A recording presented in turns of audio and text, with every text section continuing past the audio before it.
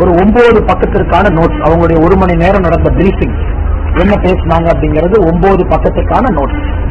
இது முழுவதுமாக இன்னைக்கு பத்திரிகையாளர்களாக வெளியிடுகின்றோம். இத்தனை காலமாக திராவிட முன்னேற்ற கழகம் அதனுடைய தலைவர்கள் எல்லாம் தமிழகத்திலே சொன்ன கட்டுக்கதை, கட்சித்தீவு காங்கிரஸ் ஆட்சி கொடுத்துட்டாங்க, எங்களுடைய போராட்டத்தையும் தாண்டி கொடுத்துட்டாங்க, எங்களை கேட்காம கொடுத்துட்டாங்க, அதனால் நாங்கள் கண்டனம் செய்கின்றோம் என்று பாராளுமன்றத்திலிருந்து வெளிநடப்பு செஞ்சாங்க. குறிப்பாக அப்பொழுது பாராளுமன்ற உறுப்பினராக இருந்த செல்லியன் ஐயா பாராளுமன்றத்தில் இதை பற்றி தெல்ல தெளிவாக என்ன பேசியிருந்தார்னா, அப்போதைய முதலமைச்சர் டாக்டர் கருணாநிதி அவர்கள்ட்ட யாருமே கேட்கல, எங்களுடைய அனுமதி கேட்கல, எங்களுக்கு தகவல் கூட சொல்லல, காங்கிரஸ் அரசு எதையும் கேட்காமல் அவர்கள் பாட்டு கட்சித்தீவை கொடுத்திருக்கிறாங்க, இதை வன்மையாக கண்டித்து நாங்கள் வெளிநடப்பு செய்கின்றோம் என்று கலாட்டா செய்து அன்னைக்கு உள்துறை அமைச்சராக இருந்த ஸ்வரன் சிங் அவர்களை பாராளுமன்றத்தில் பேசக்கூட திராவிட முன்னேற்ற கழகத்தினுடைய எம்பிக்கள் விடல, குறிப்பாக செல்லியன் அவர்கள் விடல. காரணம், தமிழக மக்களை வஞ்சித்திருக்கின்றார்கள், ஏமாற்றியிருக்கின்றார்கள். ஆனா இன்னைக்கு கச்சத்தீவு சம்பந்தமாக பெறப்பட்ட ஆவணங்கள், ஆர்டிஐ மூலமாக பெறப்பட்ட ஆவணங்களை ஒரு முறை படிக்கும் பொழுது மிக தெளிவாக அன்னைக்கு நம்முடைய வெளியுறவுத்துறை செயலாளர் கேவல் சிங் அவர்கள், director historical division BK Basu அவர்களோடு இணைந்து அறிஞர் கருணாநிதி அவர்களை செக்ரட்டரியேட் கான்பரன்ஸ் ரூம் 4 சென்ட் மெட்ராஸ்ல 19 ஜூன் 1974 காலையில 11 மணிக்கு சந்திக்கிறாங்க. அந்த சந்திப்பு 1 மணி நேரம் செல்கிறது. அந்த சந்திப்பு முடிந்த பிறகு அந்த சந்திப்பினுடைய குறிப்புகளை டைப்படிச்சு வெளியுறவுத்துறை அமைச்சர்களுக்கு ஒரு இன்புட்டாக அதை பதிவு செய்திருந்தார்கள். இத்தனை காலமாக இது கிளாசிஃபைடு மெட்டீரியலாக இருந்துச்சு. இன்னைக்கு அந்த மினிட்ஸ் ஆஃப் த மீட்டிங்கை நாம் பார்க்கும் பொழுது அதுல மிக தெளிவாக தெரிகிறது, கச்சத்தீவு கொடுப்பதற்கு 1 மாத காலத்திற்கு முன்பு வெளியுறவுத்துறை செயலாளர் கேவல் சிங் அவர்கள் தமிழ்நாட்டினுடைய முதலமைச்சர் திரு கருணாநிதி அவர்களை சந்தித்து அனுமதியை பெற்று அதன் பிறகு கச்சத்தீவு இலங்கைக்கு கொடுக்கப்பட்டது என்பது தெளிவாக இந்த நோட்ஸ் நமக்கு காட்டுது. இந்த நோட்ஸ் பாத்தீங்கன்னா இது போல கிட்டத்தட்ட ஒரு 9 பக்கத்திற்கான நோட்ஸ், அவங்களுடைய 1 மணி நேரம் நடந்த பிரீஃபிங், என்ன பேசினாங்க அப்படிங்கிறது 9 பக்கத்துக்கான நோட்ஸ். இதை முழுவதுமாக இன்னைக்கு பத்திரிகையாளர்களாக வெளியிடுகின்றோம். நேற்று பேசியது, இன்று பேசியது எல்லா காப்பியும் உங்களுக்கு கொடுத்துறோம். இதுல மிக முக்கியமானது, அன்னைக்கு முதலமைச்சராக இருந்த கலைஞர் கருணாநிதி அவர்கள் கேட்கிறாங்க, இதை ஒரு 2 வருடம் தள்ளி போட முடியுமா? இன்னைக்கு வேண்டாம், 2 வருடம் தள்ளி போட்டு கச்சத்தீவு நீங்க தாரவாரங்க, இன்னைக்கு வேண்டாம் என்று சொல்றாங்க. கலைஞர் கருணாநிதி அவர்கள் இதுல தெளிவாக தமிழகத்தினுடைய முதலமைச்சராக கச்சத்தீவு இலங்கைக்கு கொடுக்கப்பட்டதிலே அவருடைய முடிவும் இதில் இருந்துச்சு. அதுல எந்த மாற்று கருத்தும் இல்லை. சகோதர சகோதரிகள், இதை படிக்கும் பொழுது உங்களுக்கும் தெரியும்.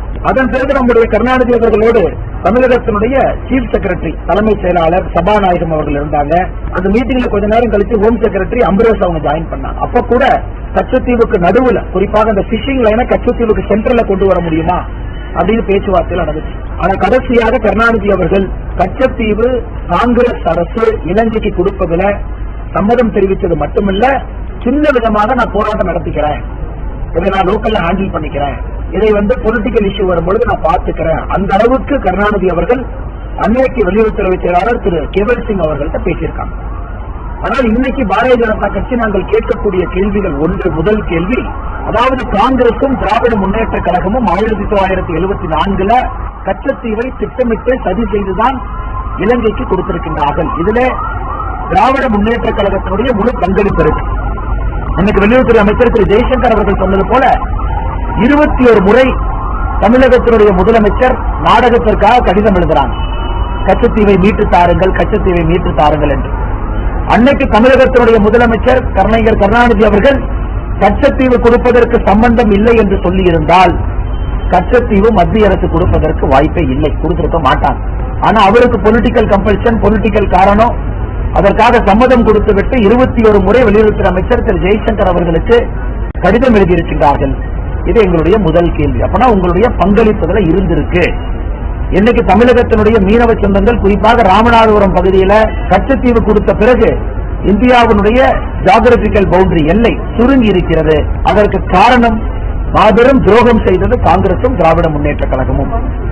இரண்டாவது, காங்கிரஸ் திமுக இருவரும் எப்பொழுதெல்லாம் சேருகின்றார்களோ அப்பொழுதெல்லாம் இந்தியாவுடைய பகுதி ஏதாவது கொடுக்கப்பட்டிருக்கு. குறிப்பாக காங்கிரஸ் தனியாக இருந்தபோது அக்சாய் சின், அருணாச்சல் பிரதேச பகுதி, இதையெல்லாம் காங்கிரஸ் அவர்கள் கொடுத்திருக்கிறார். திமுக சேர்ந்த பொழுது கச்சத்தீவு கொடுத்திருக்கிறார்.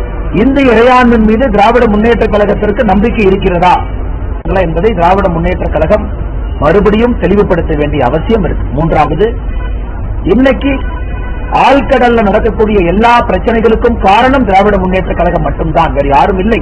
2014 முன்பு நூற்றுக்கணக்கான மீனவர்கள் சுடப்பட்டு கொல்லப்பட்டதற்கும் திராவிட முன்னேற்ற கழகம் தான் தார்மீக பொறுப்பேற்க வேண்டும். 2014 பிறகு இருக்கக்கூடிய பிரச்சனைகளுக்கும் திராவிட முன்னேற்ற கழகம் தான் பொறுப்பேற்க வேண்டும். இன்னைக்கு பாரதிய ஜனதா கட்சி ஏக பொதுமன்றத்தில் வைக்கிறோம். எதற்காக இன்று பேசுகின்றோம்?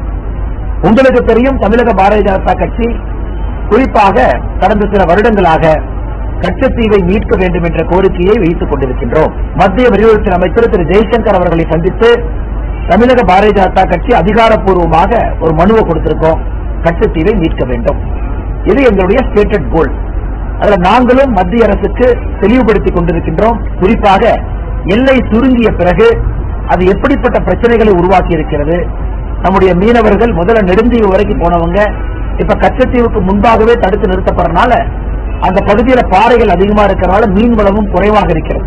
ஆனால் நம்முடைய மீனவர்கள் இன்டர்நேஷனல் பார்டருக்கு பக்கத்துல போனாவே இலங்கை நேவி அவங்க கைது பண்றாங்க. இதற்கெல்லாம் ஒரு பெர்மனன்ட் சொல்யூஷன் என்பது கச்சத்தீவு திரும்ப நம்முடைய நாட்டு கைக்கு வர வேண்டும். அது மட்டும் இல்லாம ஆர்டிகல் 6 அதன்படி தமிழக மீனவர்கள் கச்சத்தீவுல போய் வலைய போடலாம், உலர்த்தலாம், அங்கே கச்சத்தீவுல இருக்கலாம், ஆனா தங்கக்கூடாது என்கின்ற ஆர்டிகல் 6 கூட இந்த அக்ரிமெண்ட்டுக்கு பிறகு ஒரு வருடம் கழித்து அதையும் கூட காங்கிரஸ் ஆட்சி ஃபாரின் செக்ரட்டரி லெவல் கொழும்புல இந்தியாவில் 2 ஃபாரின் செக்ரட்டரி இணைந்து ஆர்டிகல் 6 வாபஸ் வாங்கிட்டார்.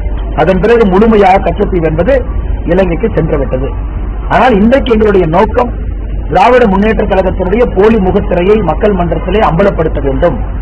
எந்த அளவுக்கு சதி வேலையை செய்துவிட்டு கிட்டத்தட்ட இதே ஸ்டோரிய கடந்த 45 வருடங்களுக்கு மேலாக கச்சத்தீவு எங்களை கேட்காம கொடுத்துட்டாங்க, எங்களுக்கு அனுமதி கேட்கல அப்படின்னு தம்மாதுமான் பார்லிமெண்ட்ல எல்லாம் குதிச்சு இது ஏதோ காங்கிரஸ் செய்த சதி போல் பேசிக் கொண்டிருக்கின்றார்கள். ஆனால் இன்று நம் அனைவருக்கும் தெரியும், இந்த கச்சத்தீவை தாரை வார்த்தது காங்கிரஸ் மட்டுமல்ல, திராவிட முன்னேற்ற கழகம் சேர்ந்து செய்திருக்கக்கூடிய சதி.